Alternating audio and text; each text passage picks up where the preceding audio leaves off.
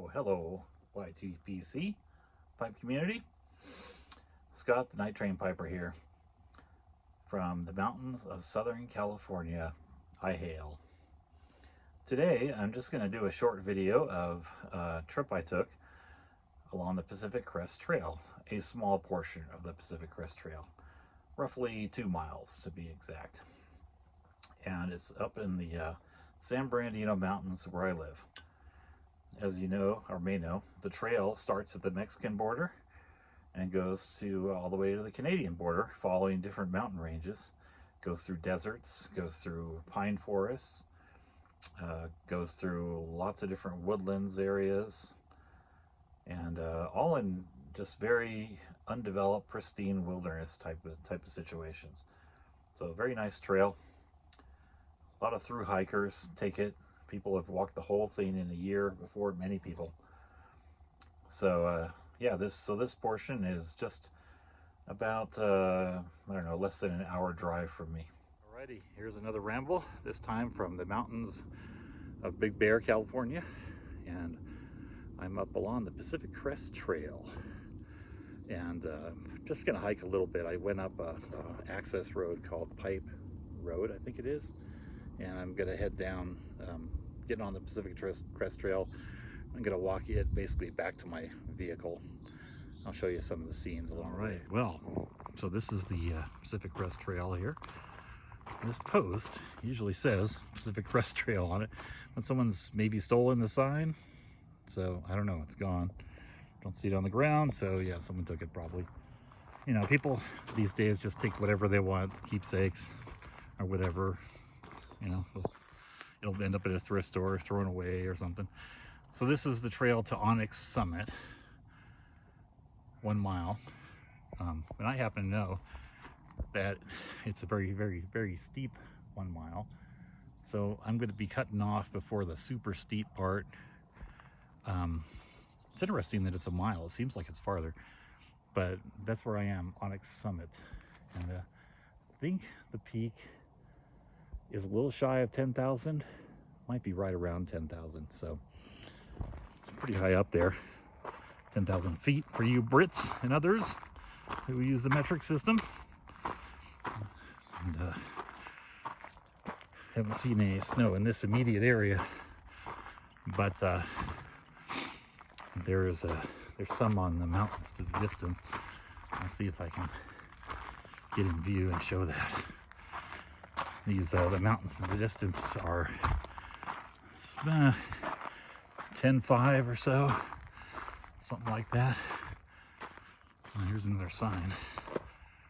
What does that say? Oh, bicycles and motorized vehicles prohibited. Well, duh. Alrighty, I'm gonna try to zoom in on this mountain back here. That's, maybe you can see that, but there's some streaks of white on the top of that. That's affectionately known around here as Old Grayback, San Bernardino Mountain.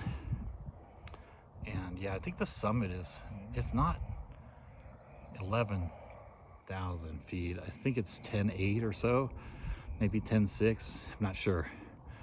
So, and I've never hiked to the top of it. I've made 2 attempts, and each time the guy with me had some injury or something that forced us to turn around. So one of these days I'll get up there.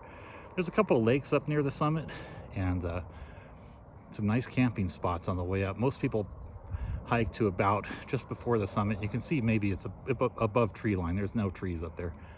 So below there's a place called Dollar Lake, and there's one called Dry Lake, and those are both great camping sites. They have springs that are active all year, and good clean water up there. Very incredibly tasty water.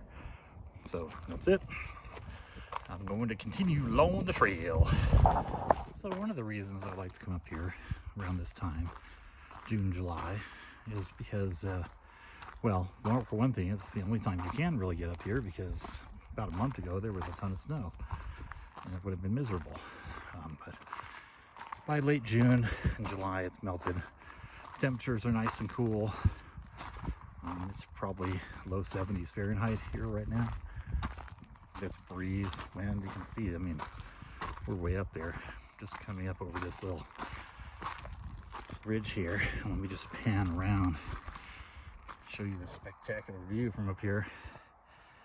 That way in the distance is the Big Bear Valley. There's a town down there, Big Bear Lake. A couple lakes. So very, very pretty area, nice to hike. And there's a lot of, I like to look at birds and stuff and document them. And there's a lot of really specialized birds up here that only breed up at this elevation. Way up in the high country, what we call it, as we call it. And of course, there's also bears up here and mountain lions. There's also bobcat. And some people allege that there's porcupines up here because there's been some possible evidence seen of porcupines, but I personally am not convinced. I've never seen a porcupine or any really convincing evidence for me, so they're further north in Northern California and Canada, other states in the north. So anyway, highlight that plant here. This is a juniper. I believe this is Western red juniper. They are very slow growing and they have extremely hard wood. This is hundreds of years old, hundreds. And as you can see, there's another one up there, some other ones. They're super tall. And now this over here, this is a pinyon. It's a type of pine. So kind of similar in growth speed as a juniper.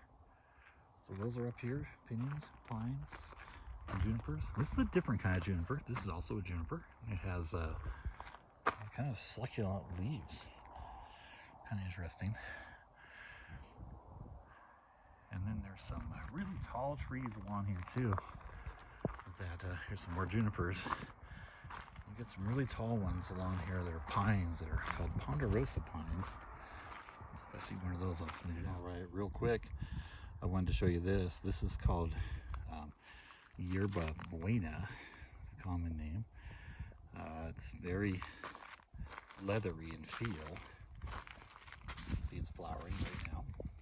And it's a plant. It's in the sunflower family. And the leaves, when crushed, they have a spearmint aroma, and they are actually edible.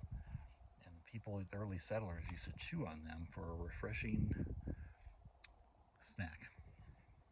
They actually fill your mouth with the taste of the spearmint. It's a little bit acerbic, but hey, when you're desperate, you'll do anything. All right, and this is a ponderosa pine, otherwise known as yellow pine. I imagine this stands around 50 feet in height. You can see how it's sort of flat on top. That's really typical. They get topped off by the wind and everything storms.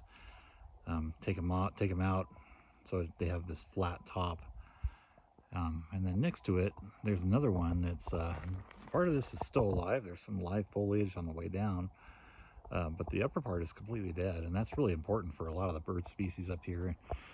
Animals, eagles like that, provides a great perch. So it's kind of the cycle of nature here.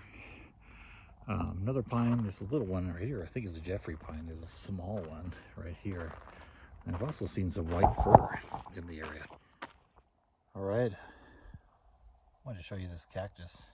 I've seen a couple up here that are in bloom. This one has one bloom and it's got a couple that are getting ready to pop. This is a beaver tail cactus. So beaver tails do indeed occur way up at high elevations. Some cactus do, even though they're thought of as being down in the desert. All right, well that's about it. I'm down at the highway again, and thank you for joining me in this little jaunt along the Pacific Crest Trail. Well, I hope you enjoyed that. I enjoyed the little walk.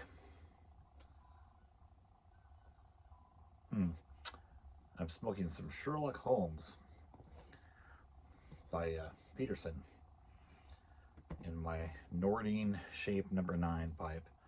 It's pretty good stuff. I'll do a review of it someday soon. Well, until next time, take care and happy smokes.